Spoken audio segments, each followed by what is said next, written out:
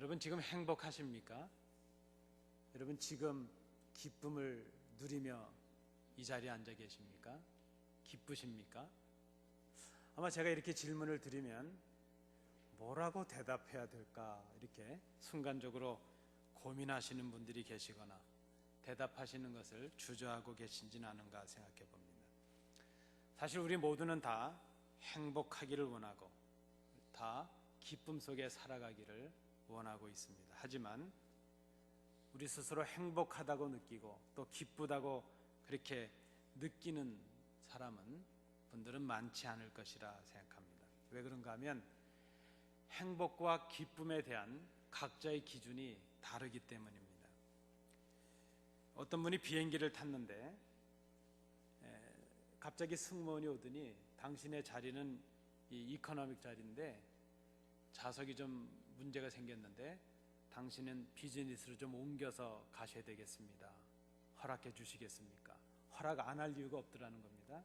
그래서 비즈니스 칸에 갔는데 생전 처음 타보는 것이죠. 좌석도 이렇게 넓고 먹는 음료수도 다르고 너무나 놀랬다는 겁니다. 근데 옆에 있는 한 분은 오만 인상을 쓰면서 투덜투덜거립니다. 그래서 나는 이렇게 좋은데 뭐가 불편하십니까? 그랬더니 1등석을 예약을 못해가지고 지금 이 자리에 내려와 있는데 얼마나 불편한지 모르겠다 이렇게 얘기를 했다는 것입니다. 행복하다는 기준, 기쁘다는 기준이 각자마다 다 다르기 때문이죠.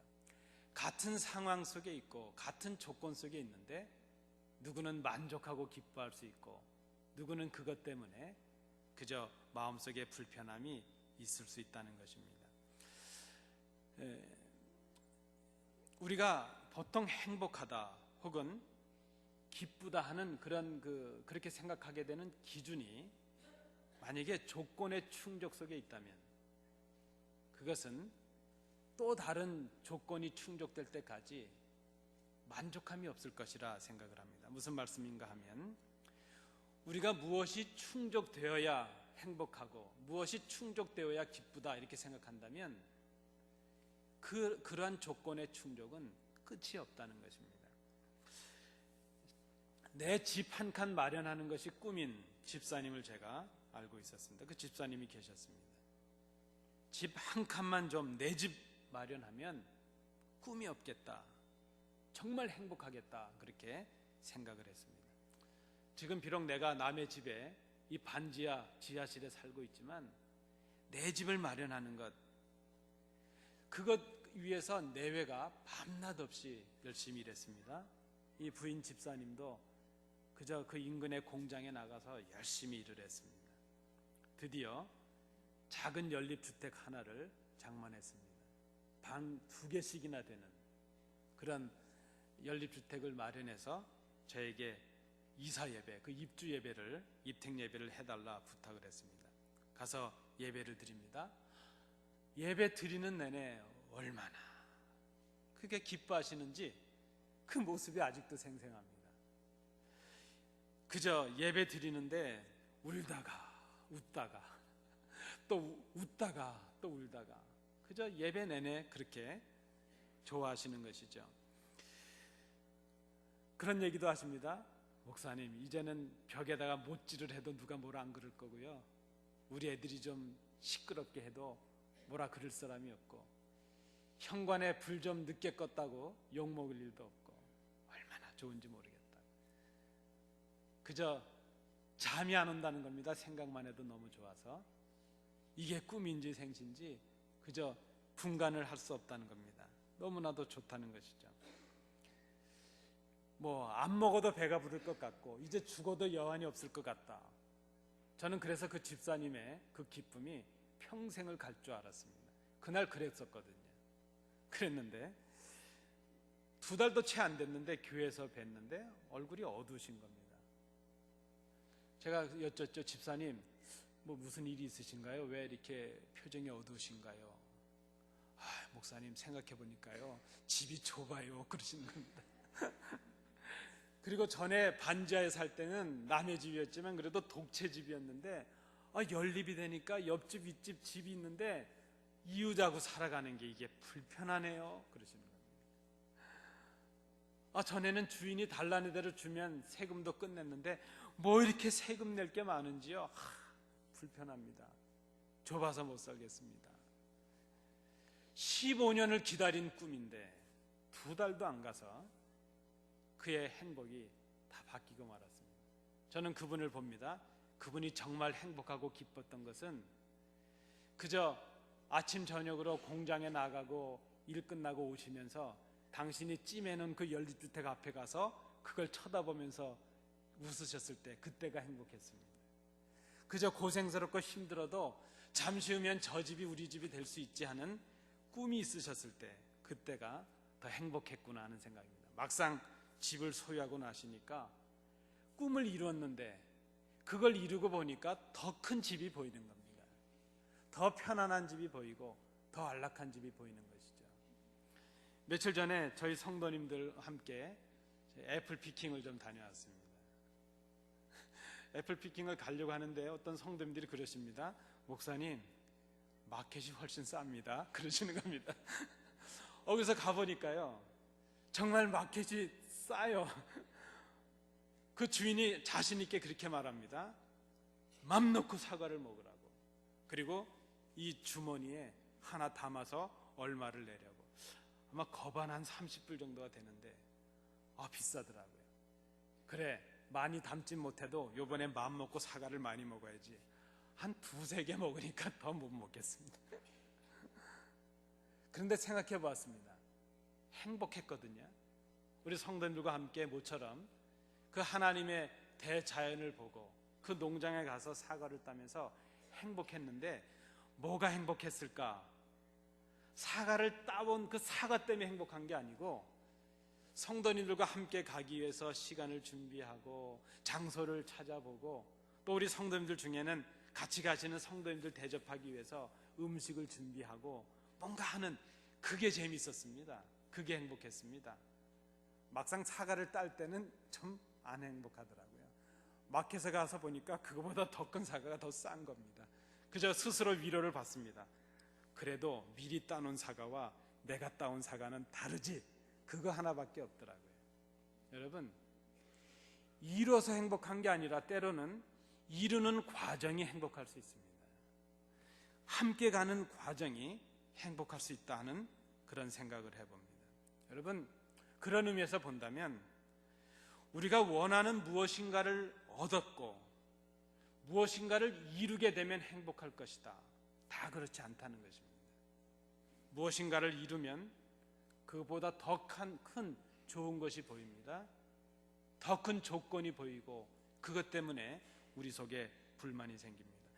그래서 우리가 이 땅에서 무엇인가를 얻으면 행복할 것이라는 조건적인 행복은 일시적입니다.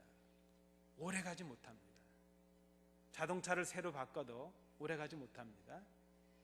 집을 바꾸고 화장실을 늘려봐도 오래가지 못합니다. 오늘 우리가 이 본문을 생각하면서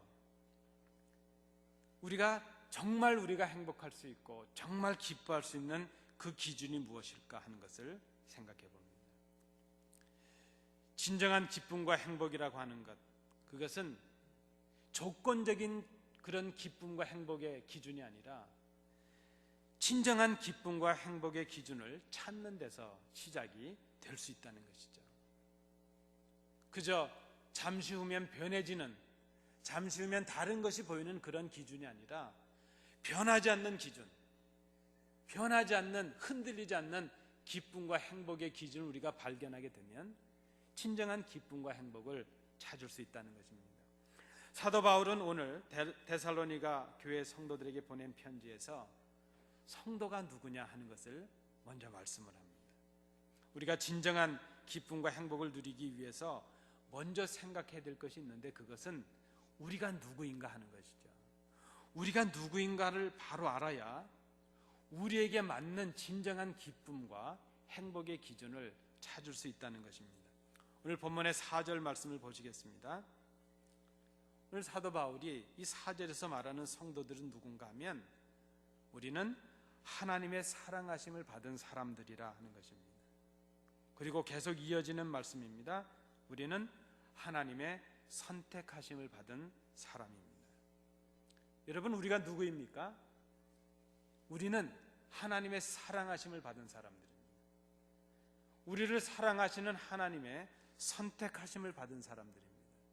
그것이 교회입니다. 우리가 보통 교회라는 이름에 에클레시아라는 말을 쓰는데, 이 에클레시아라는 말은, 에크라는 말은 밖으로라는 뜻이거든요. 밖으로 불러냈다 하는 것이죠.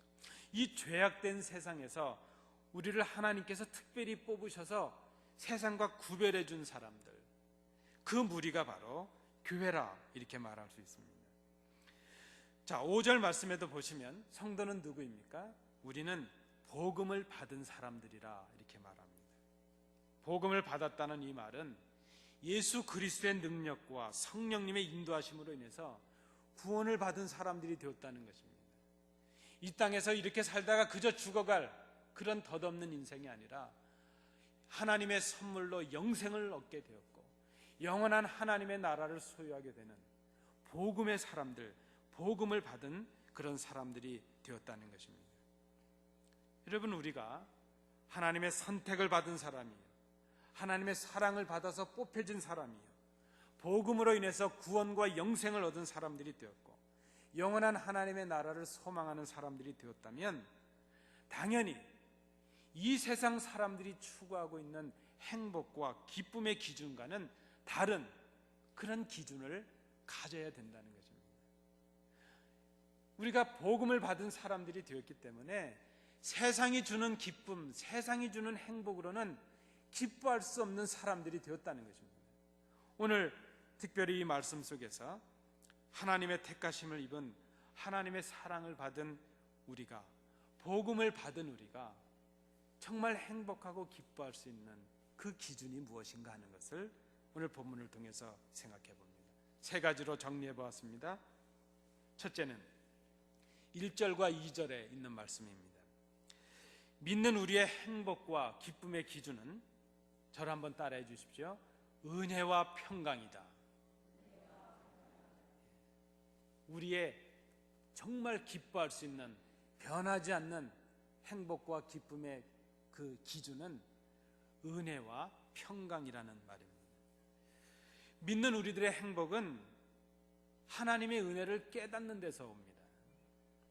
그 은혜를 깨달을 때 주시는 평강이 우리가 느끼고 누리는 기쁨이 되고 평안은 행복함이 될 수 있습니다. 은혜라고 하는 것이 무엇입니까? 우리는 보통 은혜를 받는다 이렇게 말하면 뭔가 새로운 것을 얻는 것을 말합니다. 그런데 여러분, 은혜는 우리가 보통 받는다 하는 말도 쓰지만 은혜는 깨닫는 것이죠. 은혜는 각성하는 것입니다. 은혜를 받고 각성한다는 그 의미는 무엇인가 하면 이미 주신 것을 새롭게 깨닫는 것을 말합니다. 은혜를 받는다는 것은 전혀 없던 것을 새로 얻는 것을 말하지 않습니다.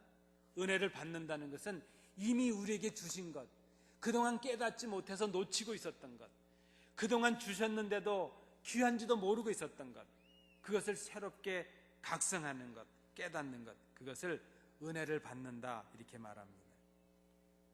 그래서 우리가 은혜를 받는다고 하는 것, 은혜를 깨닫는다고 하는 것은 이미 우리에게 주신 것이 귀한 것이라는 것을 아는 것을 말합니다.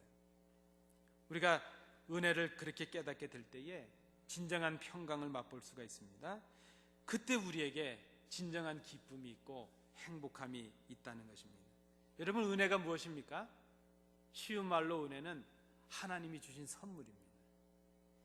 우리가 지금 가지고 있는 모든 것들이 하나님의 은혜입니다. 우리에게 주신 이 호흡과 생명이 하나님의 은혜입니다. 하나님의 선물입니다. 우리가 바라보는 이 아름다운 동산이 하나님의 은혜입니다. 어떤 화가가 이렇게 잘 그릴 수 있겠습니까? 누가 만든다고 이렇게 아름답게 만들 수 있겠습니까? 우리가 지금 누리고 있는 모든 것들이 다 하나님의 주신 것입니다.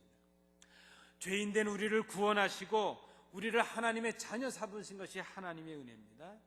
죄의 종으로 그렇게 영원히 종노릇할 우리를 오히려 하나님의 자녀와 하늘의 시민과 천국의 주인이 되게 하신 것, 그것이 하나님의 은혜입니다. 고린도전서 15장 10절에서 사도 바울은 이렇게 고백합니다. 나의 나 된 것이 하나님의 은혜입니다. 이렇게 고백합니다. 여러분, 지금 우리가 이 자리에 서 있는 것이 하나님의 은혜입니다. 우리가 불평하고 있지만 우리가 가지고 있는 것 하나님의 은혜입니다. 우리가 함께 예배하는 성도들 하나님의 은혜입니다. 나에게 주신 건강, 나에게 주신 시력, 나에게 주신 이 작은 모든 것, 이 모든 것이 하나님의 은혜요, 우리에게 주신 귀한 것입니다. 이것을 깨달으면 우리에게 불만과 불평이 사라집니다. 그때 우리에게 평강이 임합니다. 이것은 조건에 따라서 달라지는 기쁨이 아닙니다. 뭔가 좀 더 얻어야 기쁠 수 있는 그런 세상이 주는 기쁨과 행복과는 전혀 다른 것입니다. 움직이지 않는 기쁨, 흔들리지 않는 행복을 우리에게 줄 수 있습니다. 그러면 여러분, 우리가 어떻게 하면 이 하나님의 은혜를 날마다 감격적으로 깨닫고 그 은혜에 감격하며 살아갈 수 있을까요? 저를 한번 따라해 주십시오. 지금 있는 것으로 감사하자. 지금 가진 것으로 감사하자. 고맙습니다. 지금 함께 예배하는 성도들, 우리가 늘 만나는 이웃들, 감사할 일입니다. 어떤 분이 그러시잖아요. 운전하고 하는데 차가 옆에 잘 지나가면 감사하답니다. 저 차가 획가닥 해가지고 내 차를 들어받지 않고 갔으니까 얼마나 감사하냐는 것이죠. 뭐 가끔 앞에 차가 좀 늦게 가면 왜 이렇게 속도를 못 내는가, 운전을 저렇게 하면 집에나 있지 왜 나오는가, 그럴 일이 아니라는 겁니다. 어쩌면 내가 급하게 가다가 사고가 날 수도 있을 텐데 저 사람이 늦게 가서 내가 안전하게 갔지, 감사할 일이라는 것입니다. 여러분, 무엇이든지 감사함으로 받으면 버릴 것이 없다 그랬습니다. 우리가 지금 감사하지 못하는 이유가 있다면 무엇입니까? 지금 나에게 있는 것, 내가 가진 것, 나와 함께하고 있는 이 모든 공간과 모든 사람들이 하나님께서 허락하신 하나님의 은혜인 것을 우리가 깨닫지 못하기 때문입니다. 그리고 그것으로 인해서 감사하지 않기 때문입니다. 우리는 보통 지금 나에게 있는 것, 나와 함께하는 것들, 내가 늘 만나는 사람들, 내가 쉽게 누리는 것, 이걸 너무 하찮은 것으로 생각할 때가 있습니다. 그런데 여러분, 우리가 귀하다고 생각지도 않고 지나가는 것들이 얼마나 귀한 것인지 모릅니다. 우리가 생명의 경각에 달려서 호흡을 못할 지경이 되어야 숨을 쉰다는 것이 하나님의 은혜구나, 그렇게 생각하시겠습니까? 우리의 병이 깊어져서 물 한 모금도 넘기지 못할 그 상황이 되어야 우리가 여상하게 살고 아침 저녁을 먹으며 살 수 있었다는 것이 하나님의 크신 은혜였구나, 그것을 생각할 수 있겠습니까? 얼마 전에 저희 집사람 친구 내외가 이 뉴저지 맨하탄을 방문하면서 저희 사택에 와서 한 3일을 머물렀습니다. 아주 반가운 친구들입니다. 그런데 이분들이 제가 식사를 한번 대접하려고 해도 짬을 안 주는 겁니다. 아침 새벽에 나갔다가 밤늦게 옵니다. 제가 한 일은 그저 저 앞에 기차에게 데려다주고 데리고 오는 겁니다. 그나마 그것도 모자라서 저희 사택에 한 3일 머물고 나머지 한 3, 4일은 맨하탄 근처에 호텔을 정해놓고 아예 거기서 지나더라고요. 방문한 목적은 뭔가 하면 세계적인 관광지인, 미국 동부에서 최고의 관광지인 뉴욕과 맨하탄을 구경하기 위해서였습니다. 하루는 그분이 한 이틀쯤 되었을까요? 밤늦게 들어오셔서 저에게 그럽니다. 목사님 얼마나 좋으세요. 이 뉴욕과 맨하탄이 가까이 있어서요. 와, 얼마나 재밌는지 다음번에는 더 시간을 내서 아이들하고 같이 오고 싶습니다. 구석구석이 얼마나 재밌는지 모릅니다. 그저 뮤지컬 구경도 하고 박물관도 하고 얼마나 좋은지 부부가 신이 났습니다. 그러면서 그렇게 즐기고 있으면서 저희는 가보지도 않은데 다 가봤으면서 저희를 그렇게 부러워하더라고요. 제가 이번에 우리 교회 허락을 받고 휴가를 가는데 뉴욕과 맨하탄은 생각도 안 했습니다. 미국 동부에서 최고의 관광지, 전 세계 사람들이 흠모하는, 부러워하는 이 뉴저지에 살면서 거기는 거들떠도 안 봤습니다. 가까이 있으니까 귀한 줄 모르는 겁니다. 여러분, 우리 그렇지 않습니까? 늘 볼 수 있어서 귀하게 생각하지 않죠. 늘 누릴 수 있어서 귀하게 생각하지 않죠. 이 모든 것 하나님이 주셨는데 우리 속에 감사함이 없습니다. 그러니 불평이 쌓여갑니다. 더 다른 조건이 보입니다. 지금 가진 것, 지금 주신 것 감사하지 못하니까 그저 진정한 감사를 모르고 감격이 없이 살아갑니다. 오늘 이 본문을 통해서 우리가 생각해 봅니다. 여러분, 행복하기를 원하십니까? 기쁘게 살기를 원하십니까? 그렇다면 지금 감사하십시오. 나중에가 아닙니다. 지금입니다. 우리가 함께 예배할 수 있는 교회가 있다는 것 감사의 조건입니다. 여러분 얼마 전에 경험하셨지 않습니까? 예배당이 없어서 남의 눈치 보고 음식 먹고 선풍기 켜놓고 촛불 켜고 그랬던 게 얼마 전이었습니다. 마음껏 기도할 수 있는 우리 성전이 있고 마음껏 찬양할 수 있는 우리 교회가 있고 함께 예배할 수 있는 우리 성도들이 있고 우리가 주의 전에 올라서 예배할 수 있다는 것 감사의 조건입니다. 빼앗기기 전에 누려야 될 것입니다. 지금 감사하십시오. 나에게 있는 모든 것을 감사하십시오. 항상 감사하십시오. 모든 것이 하나님의 은혜임을 감사하십시오. 그러면 하나님의 은혜를 깨닫게 됩니다. 그때 우리가 흔들리지 않는 기쁨과 행복을 맛보게 될 것입니다. 두 번째, 믿는 우리의 행복과 기쁨의 또 다른 기준은 섬김입니다. 한번 따라해 주십시오. 섬김. 고맙습니다. 믿음의 역사, 오늘 본문에 보시면 믿음의 역사와 사랑의 수고와 소망의 인내 하는 말씀이 나왔습니다. 이 믿음의 역사라고 하는 말은 믿음 가운데서 우러나오는 활동과 역사를 말한 것이죠. 그래서 이 믿음의 역사라고 하는 이 말은 믿음의 관점으로 생각하고 주 예수를 바라보는 믿음으로 살아가는 것, 그것을 믿음의 역사라 이렇게 말합니다. 무슨 말입니까? 예수를 믿기 전에 나의 삶과 예수님을 믿고 난 후에 나의 삶이 달라져야 된다는 것입니다. 그래야 기쁨이 있습니다. 예수 믿은 우리는 예수 믿기 전에 삶을 살아가고 생각하면 기쁨이 있을 수 없습니다. 그런데 예수 믿은 우리는 이제 예수님처럼 생각하고 예수님의 말씀에 순종하며 살아가게 될 때에 진짜 기쁨을 누릴 수 있게 된다는 것입니다. 믿음으로 살아가는 사람은 그래서 당신의 백성을 구원하시기 위해서 십자가에 죽으신 그 예수님을 기억하며 살아갑니다. 우리의 중심에 예수님이 계십니다. 예수님처럼 생각하고 예수님처럼 살아가려고 했습니다.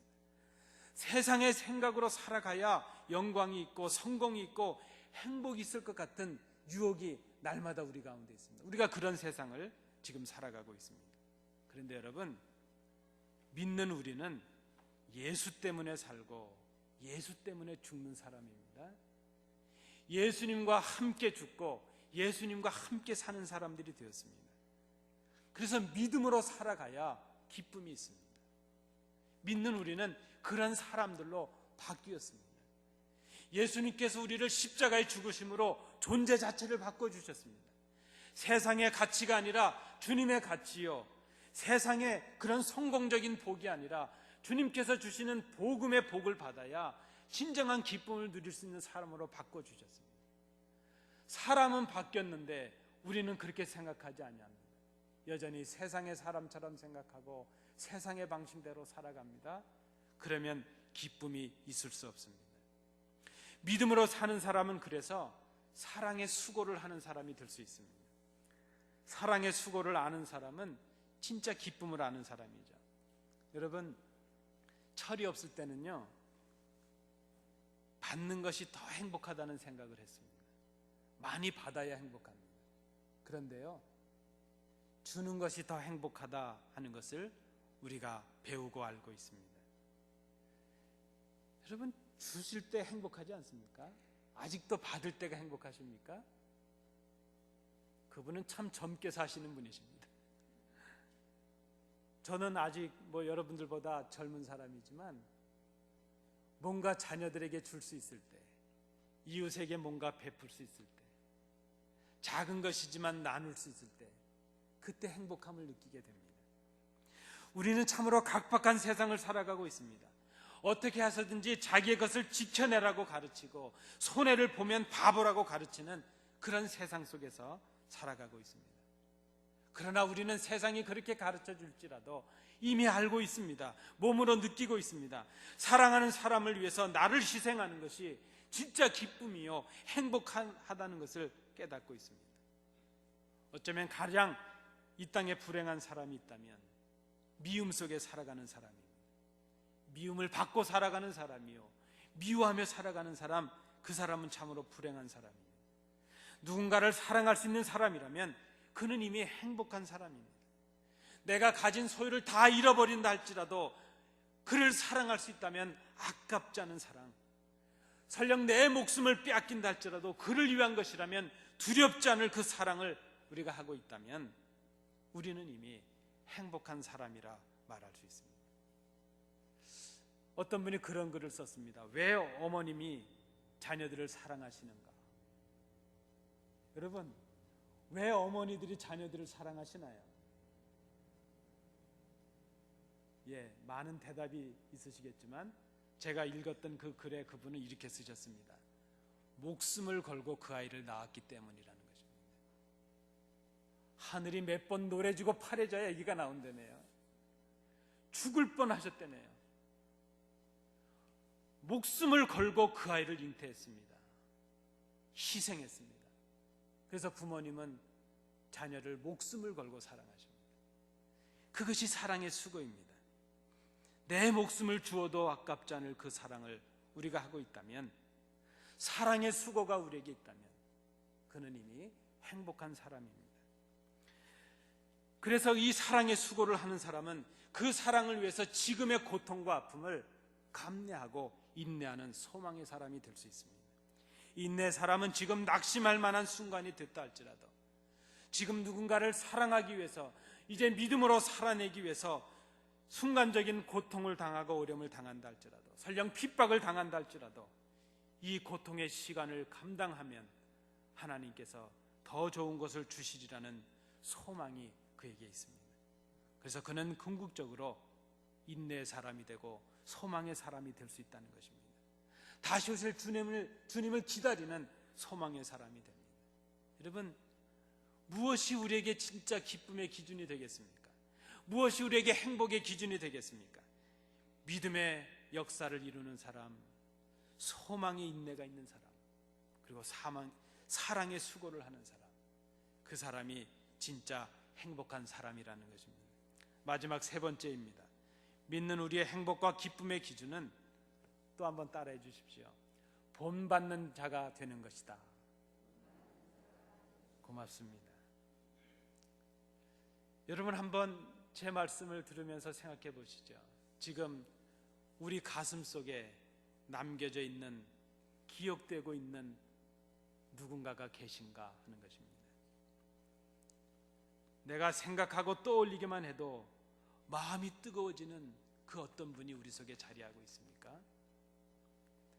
우리가 가슴에 품은 우리의 신앙과 삶의 본이었던, 내가 힘들고 어려울 때 나에게 용기가 돼 주었던 그분, 내가 예수를 알지 못했을 때 나를 참 생명의 주님을 만나도록 인도해 주셨던 그분, 그리고 내가 믿음과 소망과 사랑으로 살아갈 수 있도록 삶으로 보여주셨던 그 누군가가 우리 가슴속에 남겨져 있는가 하는 것입니다. 좀 투박했지만 처음 주님을 만났을 때 그 순수함과 정결함을 가지고 세상과 당당히 맞서면서 믿음으로 살아갔던 우리의 믿음의 선배들, 그리고 성경에 나타나는 그 많은 위인들, 우리 속에 남겨진 믿음의 본이었습니다. 여러분, 그런 분들이 우리 교회에 계셨습니다. 그들은 예수님을 본받으려고 무진 애를 썼습니다. 고통과 아픔 속에서도 무릎을 꿇고 눈물로 이 교회를 지켜오고 세워왔습니다. 예수의 방식으로 생각하고 예수의 방식으로 살아갔던 우리의 믿음의 선배들입니다. 그들은 복음을 위하여 갇힌 자도 되었고 빼앗긴 자가 되기도 했습니다. 교회를 위해 눈물로 기도했고 교회를 위하여 자신의 모든 것을 허비하기도 했습니다. 지금의 우리를 있게 했던 성경에 나타나는 위인들이요, 그리고 가깝게 우리의 믿음의 교회 선배들이었습니다. 그런 생각을 해봅니다. 우리 교회는 어떤 이름과 소문으로 남겨져 가고 있을까? 오늘 본문에 보면 데살로니가 교회는 마게도냐와 아가야에 있는 모든 믿는 자들에게 본이 되었다, 그렇게 기록이 되고 있습니다. 그들은 거짓 교인이 난무하던 시대에 바른 믿음으로 하나님만 섬기는 교회를 이루었습니다. 그리고 모진 고난과 핍박과 그 박해 속에서도 다시 오실 주님을 기다리는 그 신앙으로 흔들리지 않는 그런 교회를 이루었습니다. 오직 믿음으로 살았고 오직 예수로 살아왔습니다. 이 시대에 갖는 큰 비극 중에 하나, 큰 아픔 중에 하나, 아니 큰 슬픔 중에 하나가 있다면 그것은 본받을 자가 많지 않다는 것입니다. 우리 신앙과 삶에 있어서 본으로 삼을 분들이 많지 않구나 하는 생각입니다. 아니, 더 정직하게 말씀을 드린다면 이제 우리의 완악해진 심령은 더 이상 우리 가슴 속에 누군가를 본으로 삼으려는, 신앙과 삶의 본으로 삼으려는 그런 마음들이 점점 사라지고 없다는 것입니다. 사도 바울은 이렇게 고백한 적이 있습니다. 고린도전서 11장 1절 말씀에 내가 그리스도를 본받는 자 된 것 같이 너희는 나를 본받는 자가 되라. 누군가를 본받고 있고 누군가들이 따를 수 있는 본을 남기고 있는 사람이라면 그는 참으로 행복한 사람일 것입니다. 사람이 머물다 간 자리는 흔적이 남을 것입니다. 그의 삶의 그 내용들이 그의 이름으로 남겨지게 될 것입니다. 누군가의 이름을 떠올렸을 때 그의 머물렀던 그 삶의 순간들에 그의 이루었던 믿음의 수고와 사랑의 수고와 소망의 인내 모습들이 우리에게 고스란히 남겨지게 될 것입니다. 여러분 어떤 분을 오늘 이 자리에 우리의 가슴 속에 담고 계십니까? 아니, 잠시 후면 우리가 떠나버릴 이 자리, 우리가 머물렀던 이 자리를 우리 후대가 어떻게 기억할 것이라 생각하십니까? 여러분 어떤 기억으로 남겨지는 사람이 될 것이라 생각하십니까? 우리가 머물렀던 교회 자리, 이웃과의 삶의 자리, 우리 자녀들에게 기억될 우리 가정의 자리에서 우리는 어떤 언행으로 본을 남기고 있는가 한번 생각해 봐야 될 것입니다. 제가 알고 있는 어떤 장로님이 계십니다. 그 장로님은 컴퓨터 공학 교수님이셨습니다. 그저 이 시간에 그 다 소개할 건 아니지만 그분은 컴퓨터를 말로서 인식할 수 있는, 전에는 다 자판으로 이렇게 워딩을 해야 들어갔는데 말로서 할 수 있는 시스템을 개발하셔서 국무총리상을 받으셨던 것 같아요. 기업들이 많이 개발하자고 했는데 그저 다 공개를 하셨죠. 당신은 학자니까 돈 버는 일에 관심이 없다 그랬습니다. 여러분 지금 쓰고 계시는 핸드폰에 음성인식 시스템 이런 것들이 다 그분의 연구의 결과였죠. 근데 하루는 그분이 이런 얘기 하시는 겁니다. 집에 가서 더 조심해야 되겠다고.